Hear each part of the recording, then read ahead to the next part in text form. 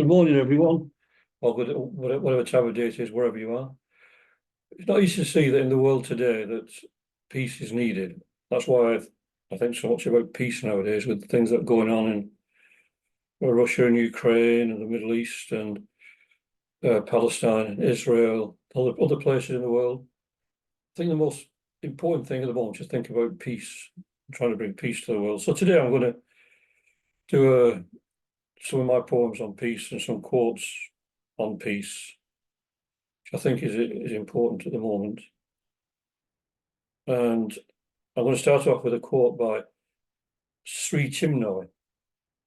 And he says, "When you are wanting in peace, the whole world is doing something absurd, acting like a mad elephant, according to your judgment. But if you have abundant peace within, then you will see that you have the capacity to transform others' misdeeds. If you love humanity, then please acquire and develop inner peace. This inner peace is bound to change the face of the world." So it's like saying, let there be peace and let it begin with me. If we can cultivate peace within, it has a very profound effect on the world. You may not think it does, but it does. And particularly if a lot of people can get together and think about peace. It's very important. It's very, very important. More important than learning facts and intellectual facts, etc. To actually do something practical for humanity, for the world. So I wrote this poem called Hope. Wind chased the clouds today, and I had nothing left to say. No one knows how the world cries, acts of violence, and the heart dies. Look at the stars, how still and clear. Look at the eyes of those who fear. We should smile and love our earth. We should know what life is worth. Some shut their minds to beauty, close their hearts to the reality, and spread their hatred everywhere. Blight the lives of those who care. But time passes on and hope must grow. Love and peace in our souls must show, and joy will follow the days of pain when we find that golden age again. So it's important, as I say there, we've got to understand what life is worth, how precious life is. We are all divine beings. But of course, people look upon us in a materialistic way as just lumps of flesh and bone and without any spirit within. That's the general trend of the materialists nowadays. So they have no thought of the value and preciousness of life, the beauty of life, and they don't think about people, how they feel, how they think, all the dreams they have, the hopes, the aspirations, all just destroyed in a few moments in war or in acts of violence, terrorism, or even murder. We've got to learn to love one another. And Wendell Berry, it's a quote from Wendell Berry, says, "When despair grows in me, and I wake in the night at the least sound, in fear of what my life and my children's lives may be, I go and lie down where the wood drake rests in his beauty on the water, and the great heron feeds. I come into the peace of wild things, do not tax their lives with forethought of grief." Very beautiful. The Theosophical Masters have said that the wise man does not fight misfortune in advance. Live in the present moment.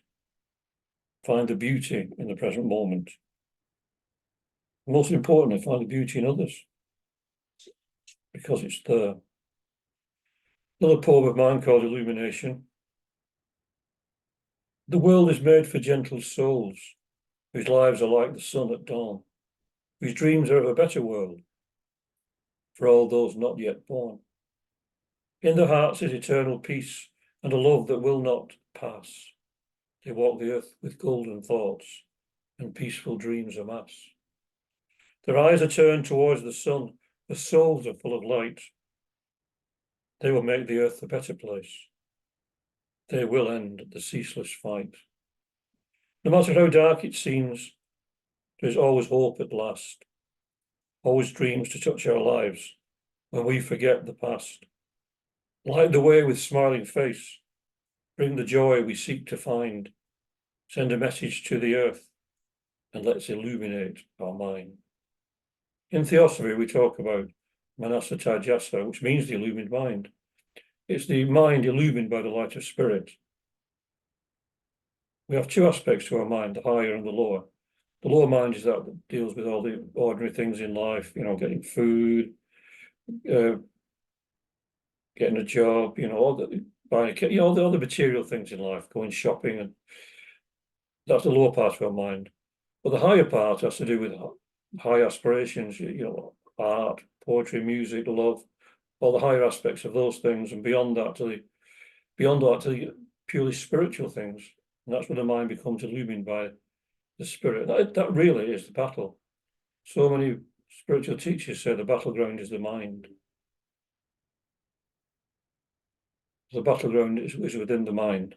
That's where we have to fight. It either gets dragged down into materiality or it becomes illumined by the spirit. And that's why we meditate. That's why we read spiritual things and meditate on spiritual things and join groups and discuss spiritual things with others, all very illuminating. Read spiritual books and scriptures, very important to illuminate the mind. Read the right things, not the heavy intellectual things, but the things that make us feel lighter, more spiritual, purer, better, and more at one with our fellow human beings. Another quote from Maya Angelou, a great writer. I very much like her work. She says, each of you a bordered country, delicate and strangely made proud, yet thrusting perpetually under siege, your arms struggle for profit, and have left colours of waste upon my shore, currents of debris upon my breast. Yet today I call you to my riverside, if you will study war no more. Come clad in peace, and I will sing the songs the Creator gave to me when I and the tree and stone were one. Because we're all one. We're one with everything. We're one with nature, even the mineral kingdom, stones, the elemental kingdom. We're one with the plant kingdom, the animal kingdom. We're all one as humans. We're one with beings beyond the human, on higher levels of being. One consciousness in everything. At the beginning of time, there was just one consciousness. And as it went down through the planes, it became more and more diversified, more and more split, until now on this planet, it's split into trillions, probably trillions of different forms, but it's one consciousness in every one. Remember that. That's how we get back to the oneness of all things. Now another poem of mine. This is called Humanity. Don't lose your humanity under clear blue autumn skies. Don't lose the beauty in your eyes. Keep hold of your sanity as the whole world cries. Don't forget who you really are amidst the sleep of forgetting. Don't find yourself regretting the paths you took or the love you were neglecting. Don't believe you are a shadow, a pawn in a crazy game. You are more than a physical frame, free from all constrictions. You never were just a name. We're beyond a name. People tend to say, well, what am I? Oh, I'm a man, I'm a woman, I'm a lawyer, I'm a solicitor, I'm a road sweeper, but that's all designations, that's all names. We're all beyond all that on a much, much higher level of being. A much, much higher level of being. And Francis de Sales says, St. Francis de Sales, sorry, give his full title. Never be in a hurry. Do everything quietly and in a calm spirit. Do not lose your inner peace for anything whatsoever, even if your whole world seems upset. It's very wise advice. Again, the masters have said that spiritual things manifest on a serene and placid mind. It's like the moon, isn't it? If you get a lake, you get a pure, clear reflection of the moon in the lake. But if the water's disturbed for any reason, you throw a stone in it, or you get wind across it, or whatever, that image becomes shattered into thousands of images. So you don't get a clear view of the moon. And that's the mind. If the mind reflects the spirit and it's in calmness, it's able to manifest some of the spirituality. But if the mind is all over the place, like the monkey mind, scattered here and there, it's like the moon being broken into thousands of images on that lake. Yeah, so you have to get a calm mind. We have to try and get a calm, placid mind. That's why we meditate. Meditation is supposed to calm the mind so we can manifest a little bit of the spirit as best we can on this plane of being. Another poem of mine, One Voice.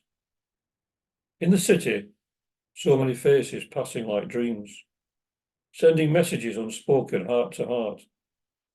Beyond the arguing and bickering, there's a calm remembrance of harmony, a love lost in the rush of life. 1,000 people, one pair of eyes, seeing through tears of joy or sadness, looking out at the same moon in the sky. In the midst of all this cacophony, one voice, crying out for love and understanding, for a peace that will end our conflicts. Deep within the soul of each one of us, there is something we can all understand, not encompassed by words and thoughts, but able to enrich the lives of everyone, if only we can find a way to share its beauty. See, in the world, people have so many conflicts. There are different religions fighting against each other. All of them have their own beliefs. All of them believe that theirs is the right way.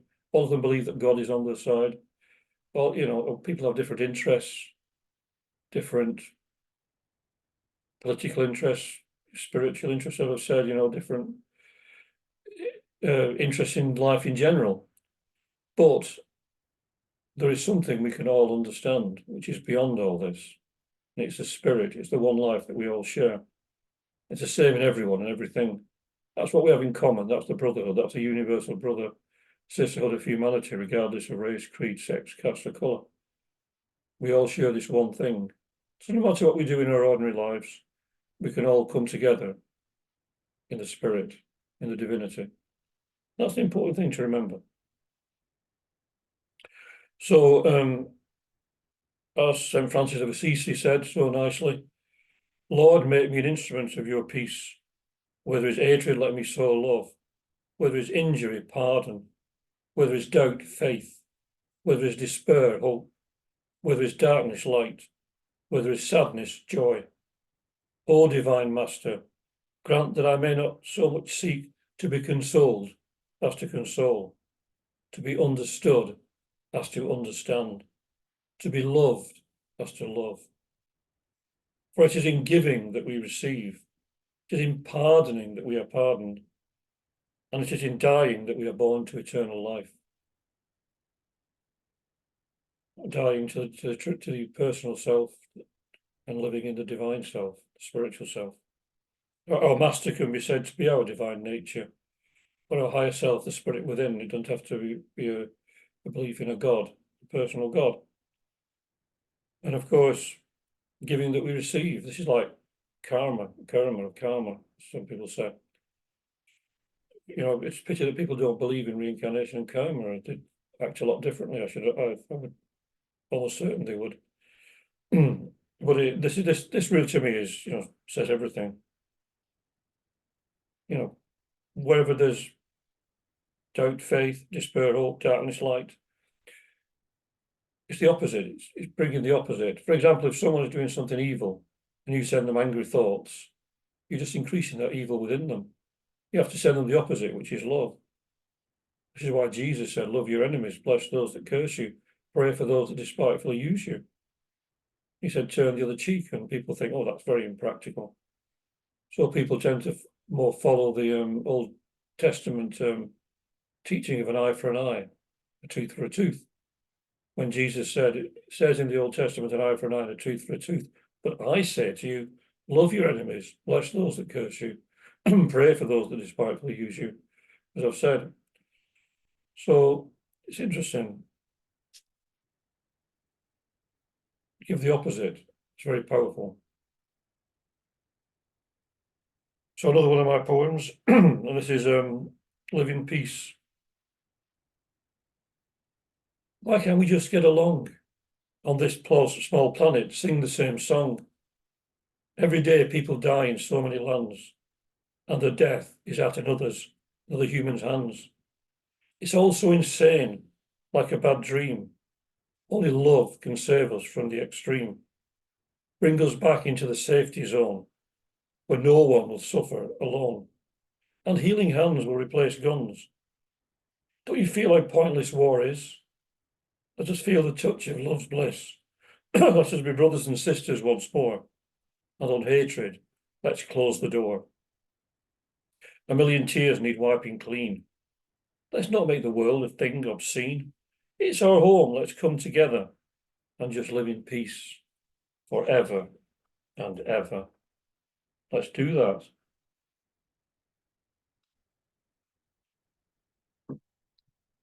It's our home, our planet. You know, why do we fight against each other? I'm sure that any aliens coming to this planet will think that we're insane. And probably they're right. It's like one big lunatic asylum. Everyone fights against everyone else. Families against individuals, families against families, towns against towns, countries against countries. And eventually it'll be planets against planets if we don't do something. You know, it's just a terrible thing. It's almost unbelievable when you step back, like Buddha said, you go to the top of a mountain and you look down, you survey the scene, you know, in calmness, and you see all this war and fighting, you think, what's it all about? Why are people fighting against each other? You know, why are they doing it? It's often for religious, political reasons. You know, again, religions are supposed to bring peace, love, and harmony. People still fight to try and push their certain ideas across, which are usually very dogmatic ideas, not at least loving or spiritual or compassionate. You can never get peace through violence. It's impossible. And people believe you can, but it's impossible. Violence only breeds violence. The Buddha said hatred is never overcome by hatred. Hatred is only overcome by love. And that is the eternal law. You know, hatred never overcome by hatred. Hatred is only overcome by love. That is the eternal law. He also said, overcome the liar by truth. Yeah, you know, just do the opposite, like we mentioned earlier. So this is an excerpt from a song by Buffy Sainte-Marie called Universal Soldier. She says, and he's fighting for democracy. He's fighting for the Reds. He says it's for the peace of all. He's the one who must decide who's to live and who's to die. And he never sees the writing on the wall. But without him, how would Hitler have condemned them at Dachau? Without him, Caesar would have stood alone. He's the one who gives his body as the weapon of the war. And without him, all this killing can't go on. So she's saying that, you know, the soldiers, like in the Second World War, all the soldiers in the concentration camps said, we're only following orders. But they could have refused to follow orders. I know that people say, well, they couldn't have done that. They would have been executed probably. If it all stood together, it would never have happened. Of course, they didn't, because a lot of them believed in the ideology, so they believed they were doing the right thing. And it just shows how people can be made to do atrocities if only their minds are twisted, like someone like Hitler and other people who've come since then, who've made people do terrible things because they believed they were right, and the sense of moral sense and the sense of morality and decency has been overcome. More like brainwashed, or you know, the minds have been just twisted, or they've been made to think that something that was evil was good.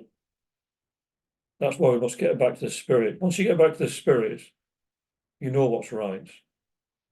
You don't have to have man-made moral rules and regulations, which can be different for every country. And some moral rules in some countries would seem terrible to us, like in some of the Middle Eastern countries. Their ideas of morality would seem different to ours, would seem cruel and awful. But they believe they're right because they've got their idea from a book or from some teacher, and they just follow them blindly without any thoughts of what's true. So that once you get in tune with the spirit, you know what's true. You see the divinity in everyone. You love everyone. You know that we're all divine beings. The Zen Buddhist teacher Bankei said, it's not a matter of becoming Buddha, it's a matter of remaining Buddha. Buddha means enlightened, so it means we're already enlightened. We just have to wake up. Like Rumi said, wake up, don't go back to sleep. It's an awakening. Plato said that all learning is merely recollection, which is true. It's remembering. So we have to awaken ourselves to the spirit and remember who we are. Remember who we are. Another one of my poems, love one another. A sensitive heart looks out, knows that war never brings peace. The quiet heart will understand that only love brings release. Are we children of the insane, or are we followers of the light? Do we know how much pain is caused by this endless fight? If beauty is our guide and compassion leads the way, how can we hurt one another and take all hope away? We are brothers and sisters alike. We share the same searching soul. We need to feel another's sorrow. We need to make them feel whole. One spirit unites us all right now. One path we all must tread. Forget all that tries to divide us, and let's love one another instead. Let's do it. Let's do it now, in this moment, wherever you are now, listening to this, or just try to understand that we're all divine beings. We must love one another. In previous talks, I've mentioned the Bodhisattva never despise, which probably people are getting fed up with me mentioning. But it was a great inspiration to me from the Lotus Sutra, when he lived in a time when the teaching was degenerate, and he was trying to keep the true teaching going, and people would mock him, and they would either mock him in words or they would attack him physically. But he would always get up and say to them, look straight in the face and say to them, I cannot despise you, because you will all be Buddhas someday. So he even saw the divinity in people who were supposedly evil, because he knew that it was just a phase they were going through. We may have all been through that phase. We may all go through it in the future. You know, we must never condemn people. Just try to help. Try to see the divinity within and the light within, and try to do what we can. Thomas Merton writes, in humility is the greatest freedom. As long as you have to defend the imaginary self that you think is important, you lose your peace of heart. As soon as you compare that shadow with the shadows of other people, you lose all joy, because you've begun to trade in unrealities, and there is no joy in things that do not exist. So Thomas Merton there is saying something very similar to what H.P. Blavatsky says in The Voice of the Silence, that our personal selves are shadows. They come and go. Our perseverance is one who doth forevermore endure. You know, because we live forever. Our personal selves come and go, but the divinity within, our higher self, our Sutratma, we call it the Sutratma because it's a thread soul. It's a thread that runs through all our lives, which has strung upon it like pearls upon this golden thread that runs through them all. but the thread is eternal. It's our eternal self. Once we realise that, we're safe. Nothing that happens to the personal self can affect the divine self. And once we're fixed in that, we're safe. As long as we're fixed in the personal self, we will suffer. But once we're in the higher self, because the story about Saint Anne, he was a martyr, a Christian martyr who was sacrificed. He was gored to death by a bull. When she was dying, someone said to her, "Did the bull hurt you?" or something like that. And she said, "What bull?" Because she was focused in the divine self. So once you're focused in that, you're safe. But that's what the old spiritual path about: meditation, yoga, studying spiritual scriptures. All that is about being focused in that divinity. That's what it's all about. And Rumi, the Sufi poet, says, "Make peace with the universe. Take joy in it. It will turn to gold. Resurrection will be now. Every moment a new beauty." And those few words to me are absolutely incredible. Make peace with the universe. Take joy in it. It will turn to gold. Resurrection will be now. Every moment a new beauty. Living in the present moment, seeing the beauty of the present moment, not being dragged down by the past or worries of the future. Living now in the eternal now, the eternal present moment. And finding there the golden age that never went away. It was always around us, always within us. We just lost sight of it.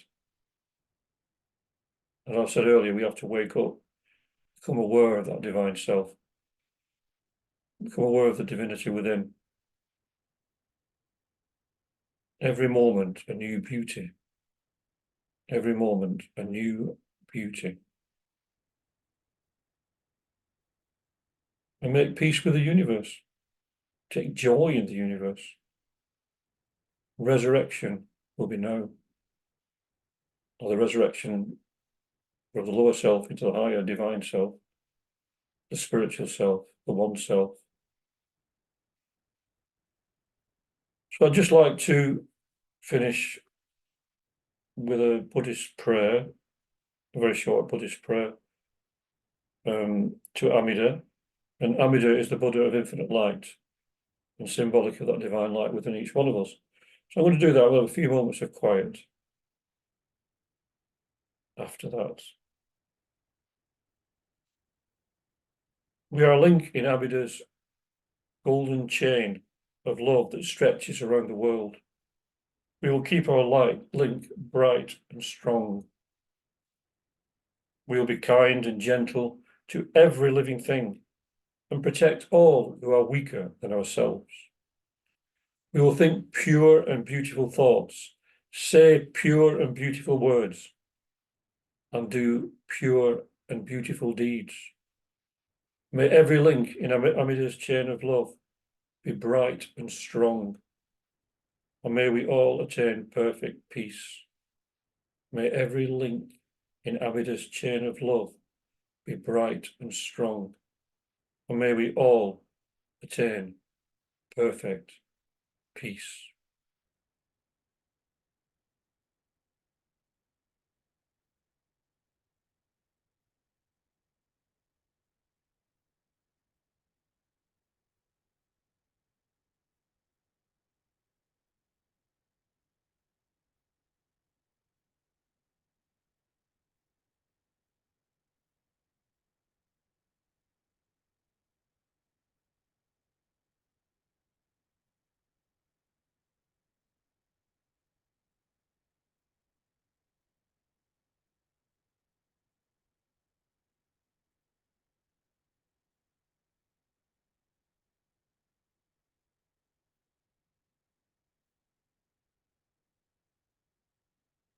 Om Shanti, Shanti, Shanti. Peace, peace, peace. Peace on earth and goodwill to all beings. Namaste.